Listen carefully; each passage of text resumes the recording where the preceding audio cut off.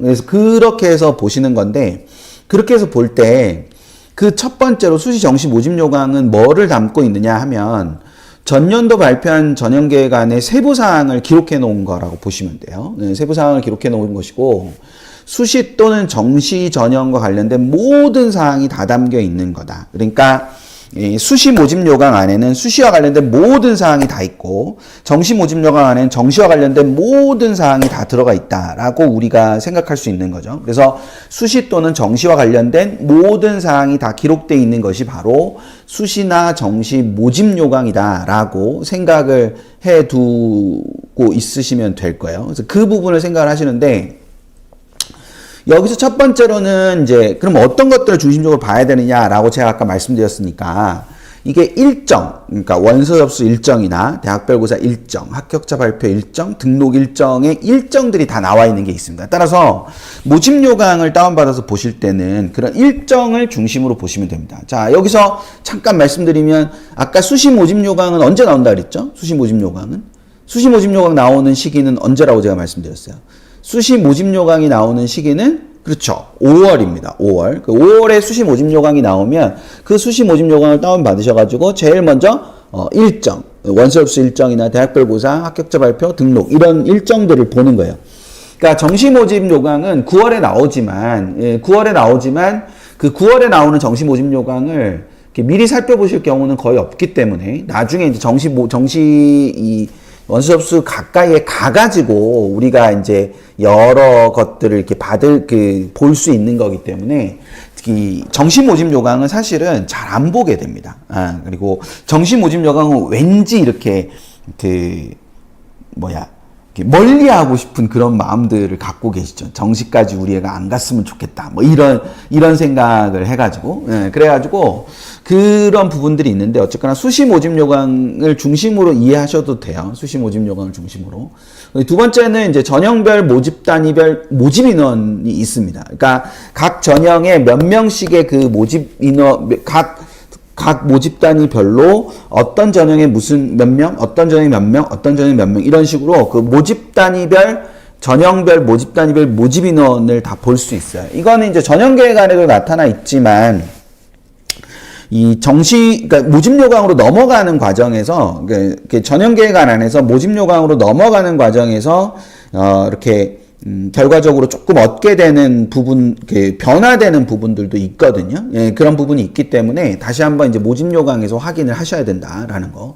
그 부분이 있고, 세 번째는 지원 자격을 좀 확인을 하셔야 돼요. 지원 자격이, 그러니까 어떤 전형에마다 이제 지원 자격이라는 것이 존재하는데, 지원 자격이 굉장히 보편성이 넓은, 그래서 뭐 고등학교 졸업 예정자나 졸업자면 다 되는 이런 전형들도 있지만, 특정한 몇몇의 그런 어떤 지원 자격을 통과해야만 쓸 수 있는, 지원할 수 있는 그런 지원 자격들도 다 존재합니다. 그래서 그 부분들도 찾을 수 있어요. 찾아보시는 것이 좋다. 그리고 무엇보다도 이제 전형 방법이 잘 나타나 있죠. 그 전형 방법이 잘 나타나 있어서, 그 전형 방법은 뭐 전형 요소별 반영 비율이라든지 단계별 평가 방법, 동점자 처리 과정, 뭐 이런 것들이 다 나와 있습니다.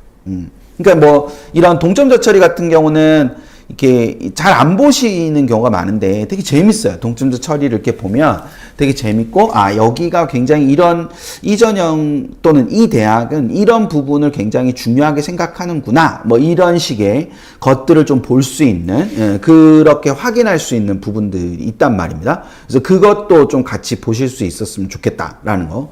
그리고 이제 그 다음에 뭐 장학금이나 학교나 전형료 이런 것들도 나타나 있으니까 우리 그 부분을 생각을 좀 같이 해 두시면 되지 않을까 싶습니다. 이런 것들을 실제로 볼 수 있다. 혹시 오늘 제가 하는 것 중에서 새롭게 알게 되는 부분들이 좀 있으시면은 숫자 5라고 표시를 한번 해봐 주세요. 채팅창에. 여력이 되시는 분만. 채팅을 꼭 하셔야 되는 건 아니에요. 채팅을 꼭 하셔야 되는 건 아니기 때문에 채팅창에 혹시 여력이 되시면, 나 이거 오늘 처음 알았어. 뭐 이런 거는 5라고 이렇게 해주시면은, 이렇게 새롭게 알게 되시는 게 있구나. 뭐 이런 거를 생각을 한 번씩 해보겠습니다. 레모네이드님께서 지금 말씀하신 것처럼 뭐가 되게 중요하냐면은,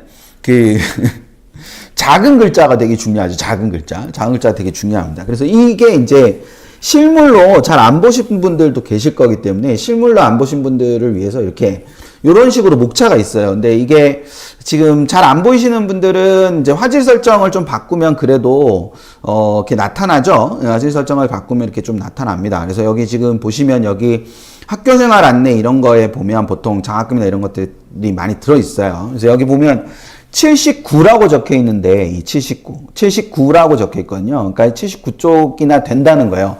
이게 분량이 굉장히 많습니다. 보통 이제 80쪽 정도, 80쪽 정도의 80쪽 적으면 80쪽, 많으면 한 130쪽 이렇게 이 차이가 납니다. 대학마다 차이가 나는데 80쪽에서 130쪽 정도가 이렇게 있다 이렇게 생각을 하시면 돼요. 그래서 그 부분을 염두에 두시면은 요렇게 되는데 여기에서 이제 예를 들면 이렇게 전형 일정 및 전형 요약 이렇게 돼 있는 부분이 있거든요. 여기 보시면 이렇게 전형 일정이랑 전형 요약이 이렇게 나옵니다. 그래서 모집 요강을 보면 원서 접수는 언제 할 거고요. 서류 제출은 언제 하는데 뭐 실기고사인 경우에 1단계 학교처 발표는 며칠이고 논술고사는 며칠 날 봐요. 뭐 이렇게 있는 거죠. 네. 되셨죠? 네, 요렇게 존재하는 겁니다. 그러니까 요렇게 정리된 거를 보는 것도 되게 좋은데 내가 특정 어떤 몇몇 학교들을 되게 보고 싶다. 그러면 여기에서 이 학교의 이런 특별한 요런 부분들을 다 보실 수 있는 부분이 있으니까 그걸 생각을 하시면 돼요.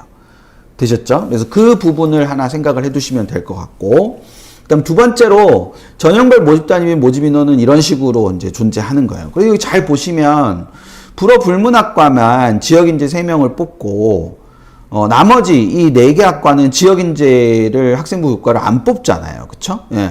근데 또 재밌는 건 불어불문학과는 이게 학생부 종합전형의 인원이 없어요. 되셨죠? 예, 이렇게. 그러니까 학생부 종합전형의 이런 인원은 없다. 그러니까 이게 모든 모집 단위가 모든 전형에서 인원을 선발하는 게 아닌 거죠. 그러니까. 되시죠? 네. 그러니까 여기 특성화고 출신자 같은 경우 여기 다 비어 있잖아요. 그리고 지역인재 같은 경우도 여긴 비어 있는데 여기만 불어불문학과 여기만 3명 이렇게 있는 거고. 근데 학생부 종합전형은 오히려 없고 뭐 이런 상황이 되는 거잖아요. 그러니까 이게 궁극적으로 이게 모든 학과를 모든 전형에서 다 뽑는 게 아니구나. 이런 것들을 생각을 해볼 수 있게 되는 거니까 그것도 같이 좀 생각을 해 두시면 좋을 거예요. 심지어 더 어떤 것도 존재하냐면 이런 것도 존재해요. 진학 어플라이와 UA 어플라이 모두 사용할 수 있습니다. 그러니까 진학 어플라이와 UA 어플라이, 그러니까 이게 대학마다 UA 어플라이만 사용하는 경우도 있고 진학 어플라이만 사용하는 경우도 있거든요. 그러니까 그것도 여기 모집 요강에 보면은 다 있어요. 그러니까 저런 거를 나중에 이제 원서 접수할 때 저거를 뭐 또 찾아서 이거를 또 볼 수도 있지만 궁극적으로 저런 것들을 모집 요강에서 미리 찾아서 이렇게 정리를 따로 해두면 우리가 이런 대학을 쓸 것 같은데 이런 대학들은 여기 어디서 접수를 받지? 둘 중에 하나거든요. 그러니까 어플라이가 둘이기 때문에 지금 진학 어플라이와 UA 어플라이 이렇게 두 개가 있기 때문에 그런 과정에서 얻게 되는 부분들이 존재할 거다.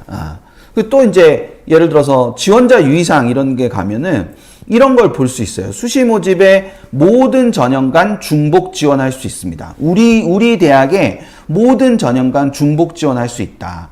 그래서 6회를 초과하는 경우는 안 된다. 6회를 초과하는 경우들은 안 되지만 이 모든 전형간 중복 지원은 가능하다. 근데 이제 이걸 이렇게 써놓고 동일한 전형 내에 서로 다른 모집 단위의 중복 지원은 불가능하다. 그러니까 전형 간 중복 지원은 가능하지만 이 한 전형 안에서 모집 단위를 중복하는 경우는 안 된다. 뭐 이렇게 보는 거죠. 근데 이제 이렇게 이 학교처럼 이렇게 돼 있는 경우도 있고 이렇게 하는 경우도 있어요. 이렇게 이제 본교 수시 모집 인원 중 두 개 이상 전형으로 복수 지원이 가능함.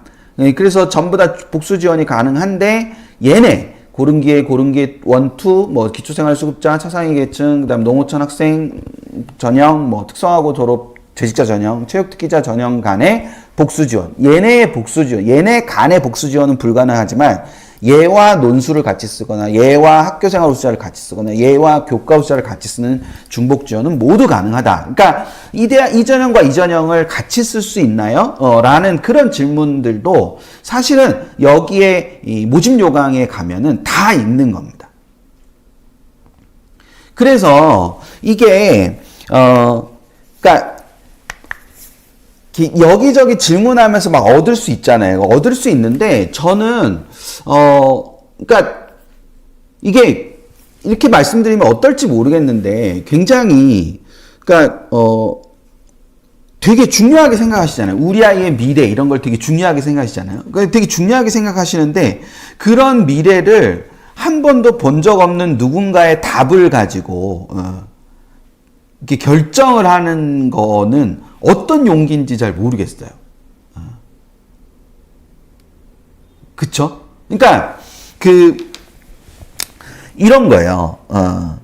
그러니까 어떤 정보를 알고 싶은데 그 정보가 굉장히 중요하다고 생각해서 질문을 하시는 거잖아요. 그쵸? 예, 근데 그 중요한 정보를 내가 찾을 수 있는데 충분히 찾을 수 있거든요. 찾을 수 있는데 그거를 이렇게 물어서 어떤 한 번도 본 적 없는 어떤 누군가의 그 말이 맞을 거라는 확신은 어디서 생기는가? 그러니까 우리가 굉장히 많은 부분에 있어서 뭐 이게 잘났다, 뭐 잘했다, 잘못했다 이런 게 아니라 우리 굉장히 많은 부분에 있어서 이중적이잖아요.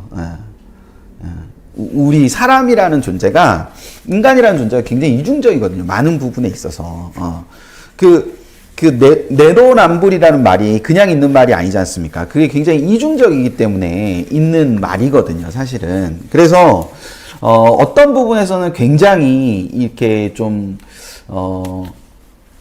굉장히 이렇게 민감하고 중요하다고 생각하는데 그런 중요한 순간에 이 선택에 있어서는 결정적으로 그거를 다른 사람들의 그런 말을 믿는 그러니까 그래서 이게 답을 주기도 되게 꺼려지잖아요. 어떤 의미에서 보면은 만약에 상대가 내 말을 조언으로 듣고 스스로 다시 더 찾아보면서 결정할 거다 그러면 막 말을 이렇게 여러 조언들을 해줄 수 있는데 할 수 있는데 만약에 그게 아니라 그 조언으로 모든 결정적인 걸 한다라고 하면 이거 진짜 어떡하지? 이렇게 말을 해야 되나? 말아야 되나? 뭐 이런 생각을 하게 되지 않습니까? 네, 그런 것처럼 이렇게 찾아볼 수 있는 것들을 자꾸 찾아보시고 그리고 또 한편으로는 그것들을 토대로 여러 가지 것들의 소리를 많이 듣고 하는 것들이 필요할 겁니다. 네, 그렇게 생각을 해두시면 될 것 같고요. 그래서 더 보면은 이제 이게 2024학년도 수시 모집 요강이거든요. 한양대 2024학년도 수시 모집 요강인데 여기 보시면 2024학년도니까 2023년 2월 이후니까 그쵸? 네, 2023년 2월 이후예요. 자, 다시 오늘 잘 듣고 계신 거죠, 지금? 네, 자, 2025는 아직 안 나왔으니까 2024에 수시 모집 요강이니까 저건 2023년에 있었던 거거든요. 그래서 2023년 2월 이후 졸업자라는 거는 재수생을 말해요. 그러니까 삼수생은 안 되고 재수생을 말하는 거죠.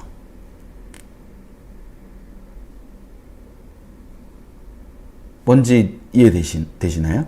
그래서 여기에 졸업 괄호 열고 예정 괄호 닫고 자 이렇게 돼 있지 않습니까? 그러니까 재학생은 당연히 되는 거예요. 졸업 예정자니까. 2023년에 졸업 예정자가 바로 고3이잖아요. 근데 2023년 2월 이후에 졸업자니까 재수생까지 다 되는 겁니다. 그러니까 이게 재수생이 되느냐 안 되느냐를 여기서 판단할 수 있다는 거죠. 되셨죠? 그래서 그 부분을 가지고 생각을 해볼 수도 있다.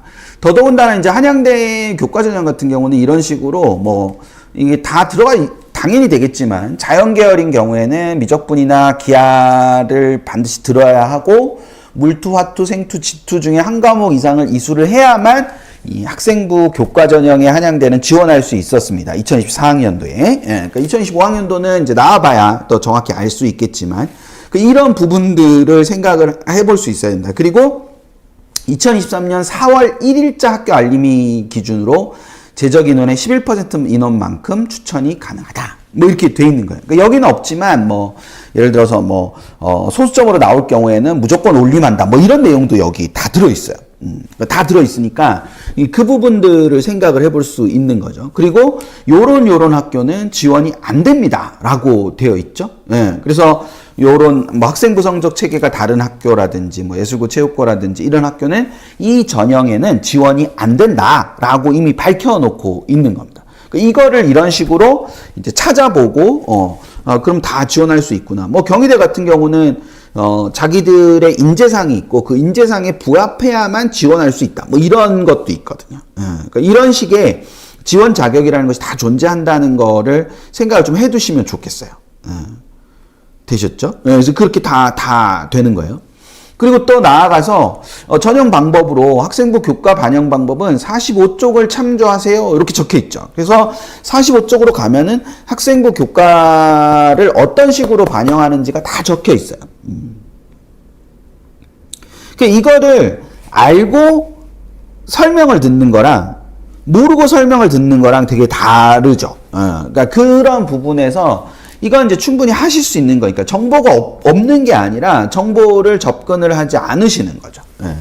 정보 없는 게 아니라 정보를 뭐 이렇게 말씀드리면 이제 억울해 하실 분들도 계실 거고 뭐야 이제 그런 게 어려우니까 너랑 같이 공부하는 거잖아 이렇게 말씀하실 수도 있는데 그쵸? 어려우니까 같이 공부를 하는 건데 그럼 제가 모든 걸 다 드릴 수는 없으니 이게 볼 수 있는 방법을 알려드리는 것이 저는 제일 좋은 거라고 생각을 하거든요. 왜냐하면 이게 모두가 다 한양대에 관심이 있거나 모두가 다 한양대를 갈 수 있는 게 아니잖아요.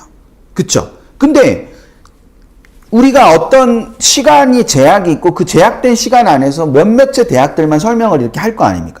근데 그 몇몇의 대학을 설명을 하면 우리랑 관계없는 대학이다가 아니라 저 대학에선 저런 게 있는데 그럼 우리 애가 가는 대학에서는 저거를 찾고 싶은데 그럼 어떻게 찾아야 될까라는 것이 궁금해야 되잖아요. 그러니까 그 궁금했을 때 그걸 찾을 수 있는 방법을 그러니까 저는 공포감을 없애드리고 싶은 마음하고 그 다음에 그걸 스스로 찾으실 수 있는 게 어떤 의미에서 보면 제가 이렇게 유튜브 라이브를 하고 입금을 하는 궁극적인 이유라고 볼 수 있는 거거든요. 그러니까 이거를 계속 뭐 이렇게 어떤 학교가 중심으로 이렇게 하는 게 아닌 거예요. 그러니까 한양대가 나왔지만 한양대를 설명드리려고 하는 게 아니라는 거죠.